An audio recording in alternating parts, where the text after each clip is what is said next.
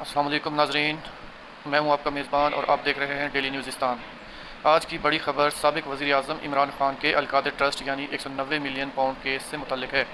اسلام آباد high court میں case کی سماعت کے دوران عمران خان کے وکیل نے مزید وقت کی درخواست کی، جس پر عدالت نے آخری مہلت دیتے ہوئے سماعت ملتوی کر دی۔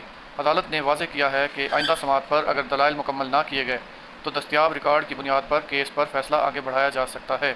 دوسری جانب پاکستان تحریک انصاف کی جانب سے موقف اختیار کیا جا رہا ہے کہ عمران خان اور بشرا بی بی کی اپیلوں پر جلد فیصلہ ہونا چاہیے، جبکہ قانونی کارروائی اپنی معمول کی رفتار سے جاری رہے۔ ناظرین، القادر ٹرسٹ کیس پاکستان کے اہم ترین سیاسی اور قانونی مقدمات میں شمار ہوتا ہے، اس لیے اس کی ہر سماعت ملکی سیاست میں نئی بحث چھیڑ دیتی ہے۔ اب سب کی نظریں آئندہ سماعت پر ہیں۔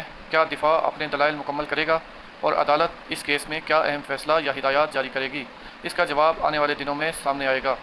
آپ اس معاملے میں کیا رائے رکھتے ہیں؟ اپنی رائے ہمیں کمنٹس میں ضرور بتائیں۔ اگر آپ پاکستان کی تازہ ترین، مستند اور بروقت خبریں سب سے پہلے دیکھنا چاہتے ہیں تو ڈیلی نیوزستان کو سبسکرائب کریں اور ویڈیو کو لائک کریں اور اپنے دوستوں کے ساتھ شیئر کریں۔